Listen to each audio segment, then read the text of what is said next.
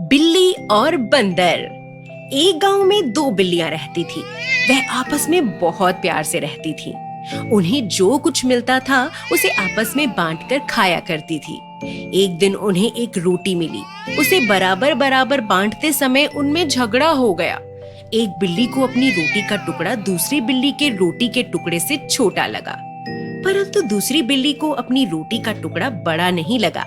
जब दोनों बिल्लियां किसी समझौते पर नहीं पहुंची तो दोनों बिल्लियां एक बंदर के पास गईं। उन्होंने बंदर को सारी बात बताई और उससे न्याय करने के लिए कहा।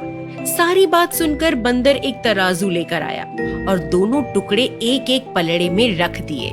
तोलते समय जो पलड़ा भारी हुआ, उस वाली तरफ से उसने थोड़ी सी रोटी तोड़कर अपने मुंह में डाल ली।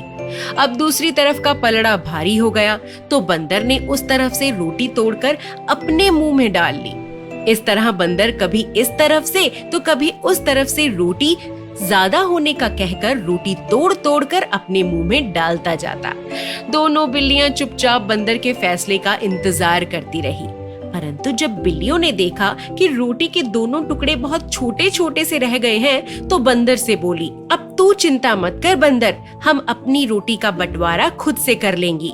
इस पर बंदर बोला, जैसा आप ठीक समझो, परंतु मुझे भी अपनी मेहनत की मजदूरी मिलनी चाहिए। इतना कहकर बंदर ने बाकी बचे हुए रोटी के दोनों टुकड़े अपने मुंह में भर लिए और बिल्लियों को वहां से भगा दिया।